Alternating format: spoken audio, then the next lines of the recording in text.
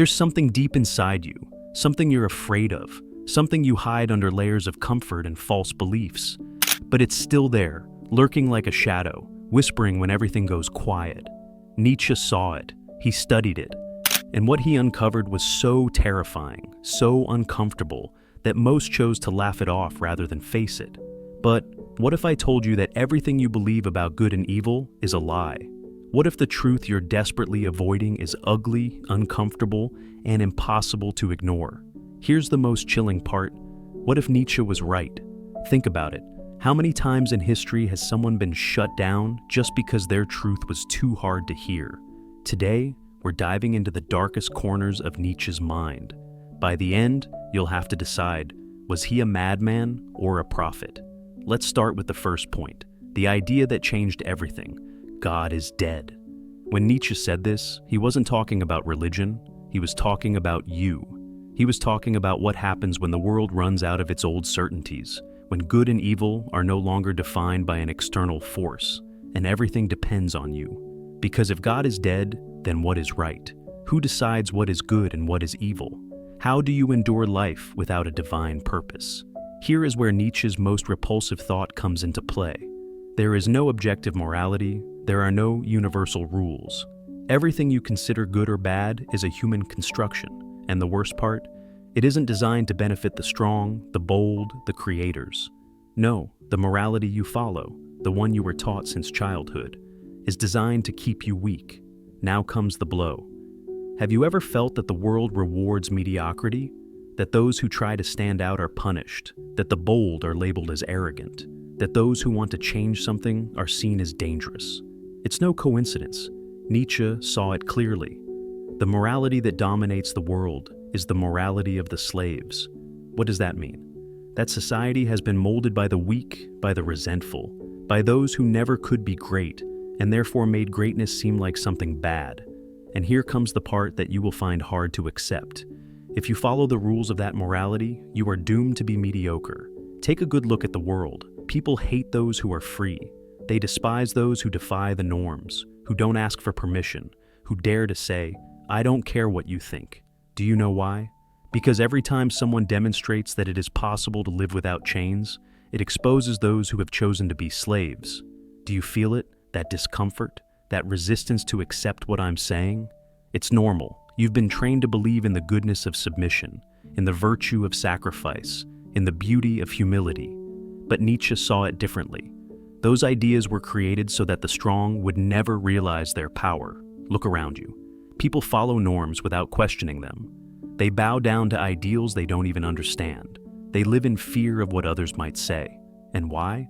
Because the morality of the slaves has turned guilt into its best weapon.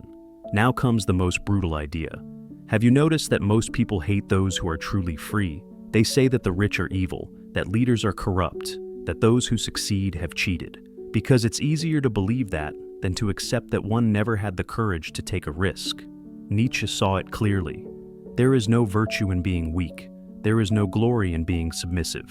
And here comes the worst part. Compassion, as we know it, is a trap. I know this sounds brutal because we have been taught that compassion is the noblest thing we can have, but Nietzsche saw it differently. He said that compassion is a way to prolong weakness, that every time you help someone without forcing them to grow stronger, you are merely perpetuating their misery. Make no mistake, Nietzsche wasn't saying that the weak should be trampled upon. No, what he was saying is that the world moves forward thanks to the strong, to those who do not settle, to those who don't make excuses, and that if we allow the morality of the slaves to govern us, the future will only bring more mediocrity. Now, here comes the final question. If Nietzsche were alive today, what would he say about us? What would he think of this society obsessed with political correctness, with victimhood, with the idea that everyone deserves respect just for existing? What would he say about a world where excellence is seen as arrogance and mediocrity is celebrated? The answer is obvious. He would say that we are following exactly the path he predicted, that we have renounced greatness out of fear of judgment, that we remain trapped in a morality designed to keep us small. But here's the most important question. What are you going to do with this information? Because now you know, now you can't go back. You can no longer keep justifying your fear with comfortable ideas. Now you have two options. Follow the rules of the morality of the slaves, or do what Nietzsche suggested, break them. You will be hated for it. They will call you arrogant, they will say you're wrong, that you're selfish, that you think too much about yourself. And so what? Do you prefer to live chained so that others accept you? Or do you prefer to be free, even if that means being feared? This is the truth that Nietzsche discovered. The question is, are you ready to accept it? But wait, because here is where most people stumble. When you hear all this, your mind begins to play against you. It tells you that sounds extreme. It can't be that simple. There has to be another way. Because accepting what I just told you is dangerous. It's admitting that your whole life has been directed by invisible norms, by chains you didn't even know you were wearing. And worst of all, that you have been complicit in your own enslavement. Do you know what is the most terrifying thing about the truth? That once you see it, you can't stop seeing it. It's like a crack in the wall of your reality. You can ignore it for a while, pretend it isn't there, but deep down, you know that the structure is broken, that sooner or later, everything will come crashing down. And here is what Nietzsche understood before anyone else. Most people do not want the truth. They want comfort. They want to keep believing that the world is just, that there is a universal moral order, that being a good person is enough for things to work out. But tell me, is it? Think of the most admired people in the world. Were they recognized for following the norms, for being obedient, for living as they were supposed to live? Number. They were recognized because they broke the rules, because they defied what was expected of them, because they didn't ask for permission. But this leads us to an even darker question. What happens to those who are not ready for this truth? Nietzsche knew it. He knew that not everyone can bear the idea that morality is nothing more than a human invention, that there is no divine purpose waiting on the horizon, that the meaning of life is not written anywhere. That's why his most brutal thought is not only that God is dead, but that most people need a God, even if it's a false one. Look around you. How many people live depending on an external authority? I'm not just talking about religion, I'm talking about everything. Governments, ideologies, movements, leaders, figures of authority. There's always someone to follow, someone who tells you what is right, what is permitted, what is moral. Why? Because the void of truth is unbearable. Because accepting that you are alone, that there is no higher order protecting you, that everything depends on you, is terrifying. And most people do not want to face it. That's why they invent rules. That's why they create value systems that give them comfort. That's why they prefer meaningful enslavement over freedom without direction. And here is where Nietzsche makes his most brutal move.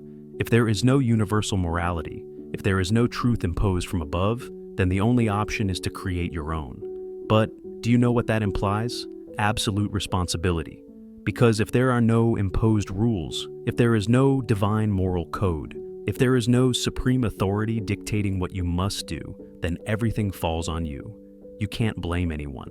You can't say you were just following orders. You can't take refuge in the excuse that you are simply doing what is right according to society's norms.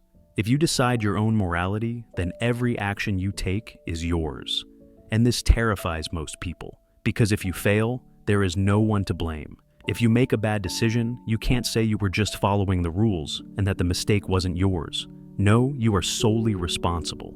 This is where most people run away. They prefer to continue living in the lie, in the illusion that there is an order that protects them, in the comfort of following rules imposed by others.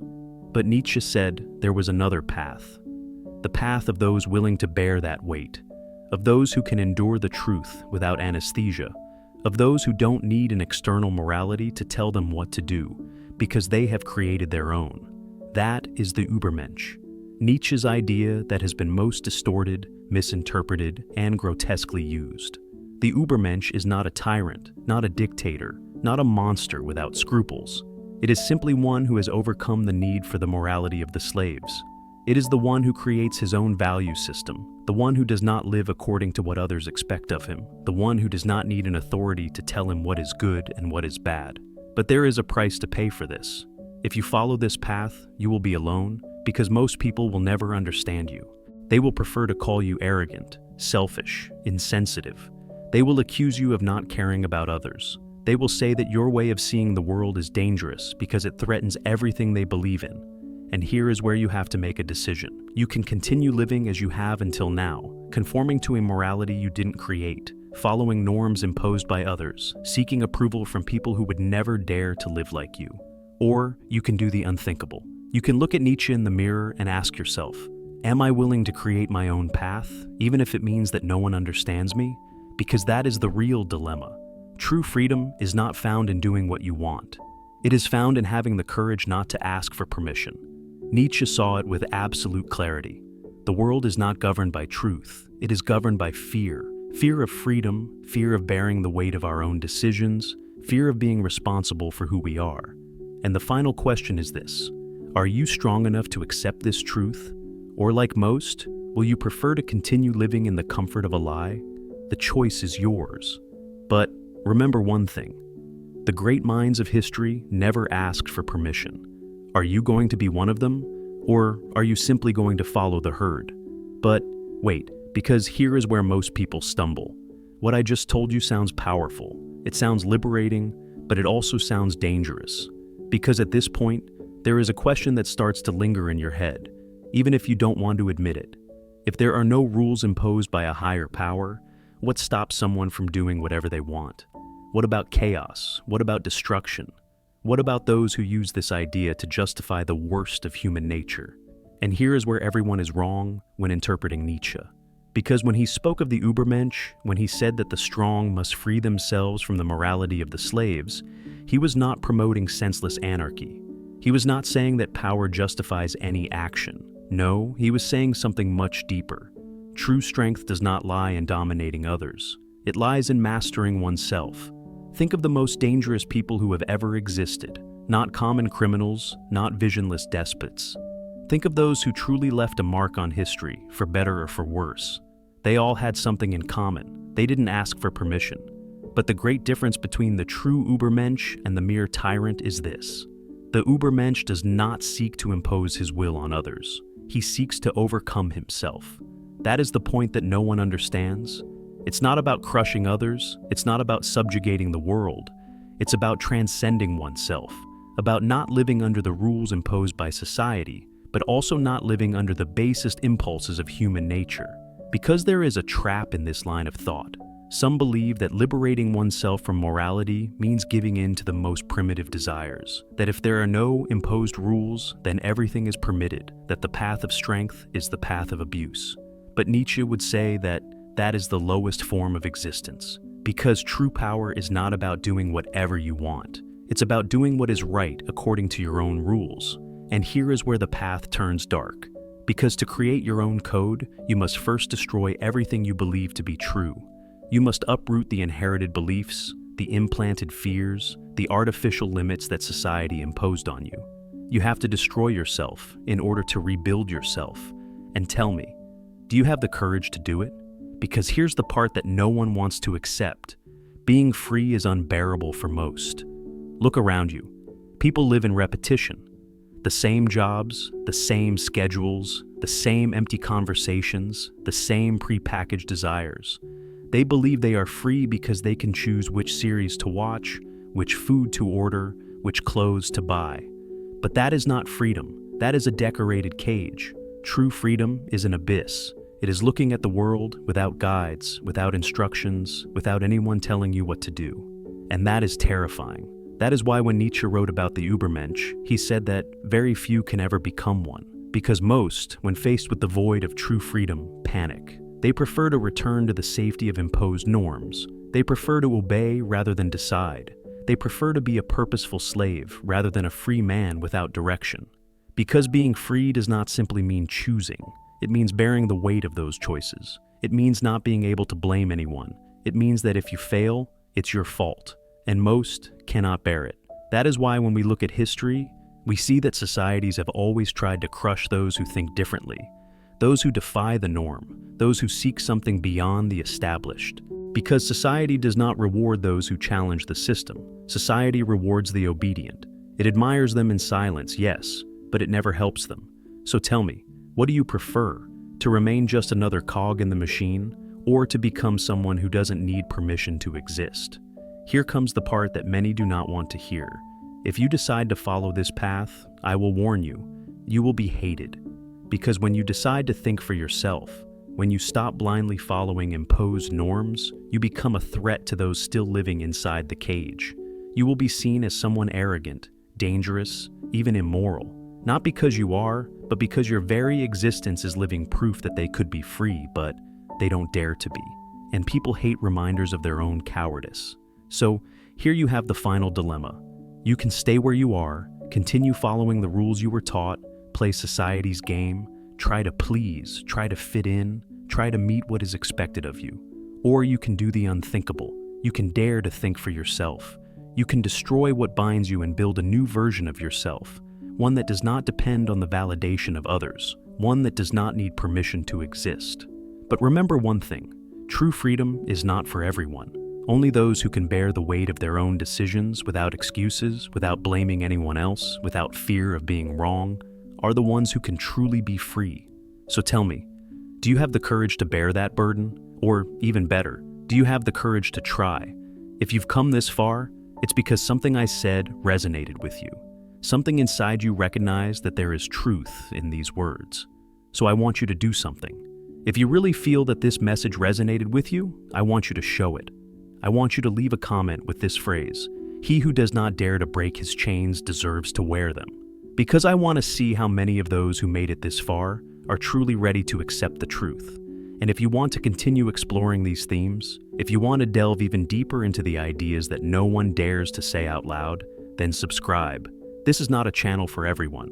This is a channel for those who are not afraid of the truth. Are you one of them? See you in the next video.